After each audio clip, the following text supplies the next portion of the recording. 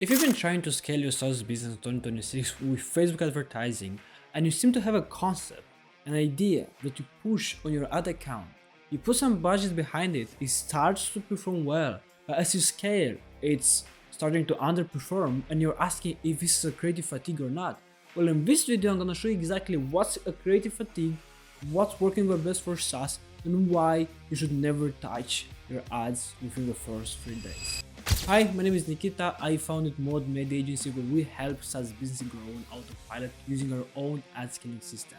Last year, we generated over €500,000 in client revenue using our own system, and without any more introduction, let's get straight to this video. So the first thing that I notice that always happens when I go ahead and I have a talk with new potential clients or with new SaaS projects I'm working with, and they ask me, well, look, we used to run ads before, or we are running ads right now, and we just noticed it's not working out.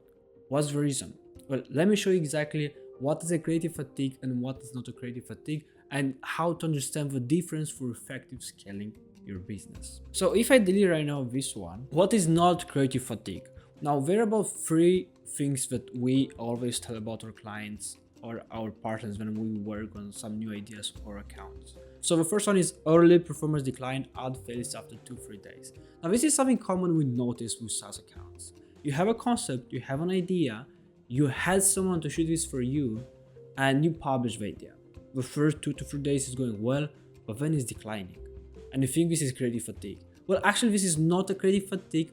This means that most of the time when you publish a new ad, is going to the bottom of the funnel, which I'm gonna show about later what all this mean. But in a nutshell, when you publish a new ad, that same ad goes to your bottom of the funnel. And this means that Meta is trying to push to already warm people who are already ready to buy your product or your competitor's product. They just need something to buy because they have a pain and your product solves their pain. So this is what usually happens. Now you ideally have to leave it for a couple of days to see if it's gonna perform or not. But what I would say is never optimize before 3 days of a full cycle of it being active. If it's been active more than 3 days and you start to see patterns and something is not working out, then might be the case for you to check this video where I tell exactly how to optimize that ad set level for every new concept. Now, the second one is scaling failure. It works at $100 a day but fails at $200 a day. Well, what's the reason to that? Whenever you create a new ad, you have a concept around that ad, right? And what you do is you have an idea. You shoot that idea. Now, there's some stuff on the market that usually happens. Sometimes the concept that you created might not be the best for a broader audience.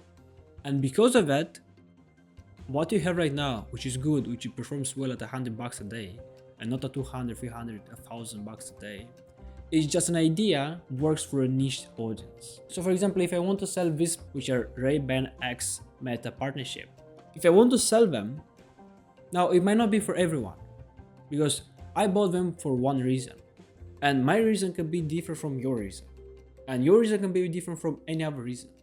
Now this is why it's important to know what's a mass market desire, which we're going to talk about in a second. You have to understand what's the broadest mass desires that your audience have. What's the biggest pain points someone might buy these glasses for? For example, I bought these glasses because I'm feeling good in them. My desire, pain, or something that your audience is looking for will advertise for this. Because there are people who are more niched and they may think, well, I need these glasses because they have camera. Now, maybe not everyone needs a camera. Someone just buys them because they look good and they have a camera, but this is not the main feature or benefit they needed. So that's why it's important for you to do market research. I would rather spend 90% of my market research understanding exactly who I need to sell to and what kind of features I need to sell, instead of just trying to push everything I have in my arsenal.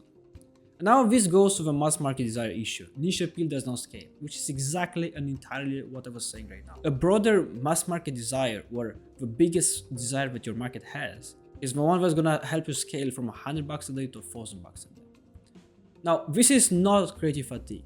This is usually an operational error from the person who's doing the ads. It's someone who thought that the ad might not be working, where in reality, the problem is about the ad not being too broad. So these are extremely important points that I always educate the partners I work with whenever we make new ads and we're responsible for making new concepts.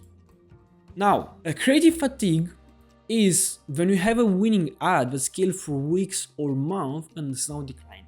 So you have an ad that you created back in September in 2025 and it's been pumping results every single day for the last 5 months.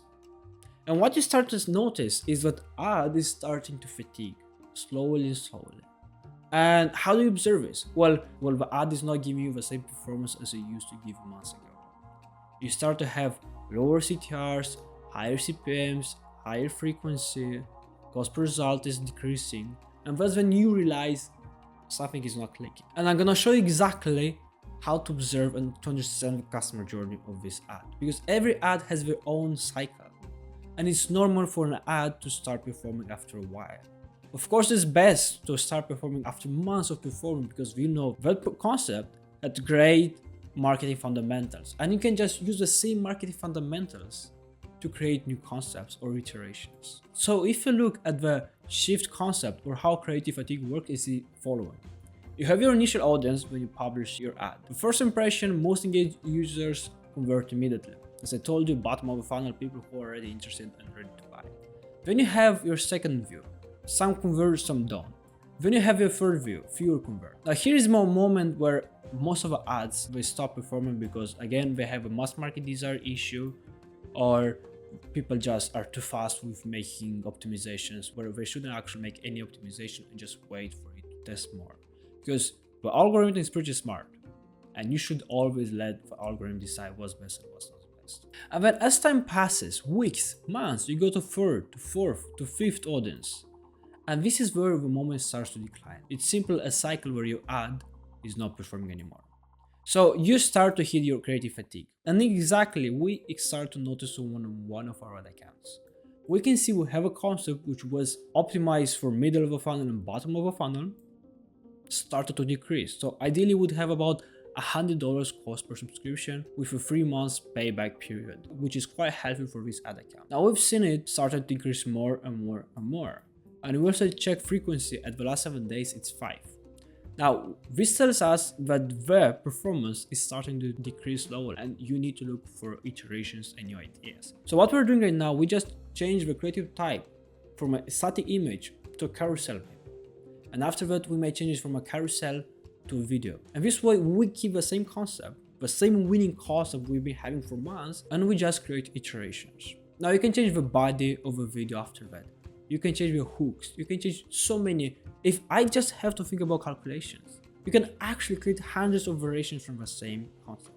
Just make sure that there is actually distinguish between what was original and what's after. So ladies and gentlemen who are doing advertising every day, this is exactly what is creative fatigue and what is not creative fatigue. Now, if you'd like to learn more about how to scale your SaaS business, please go ahead and subscribe to this channel and like this video so you can have more ideas. And if you'd like to have a partner to scale your SaaS account in 2026 to the new horizons, well, go ahead and check the link below and book a meeting with me and my team, and let's see if our system is worth your time and your product.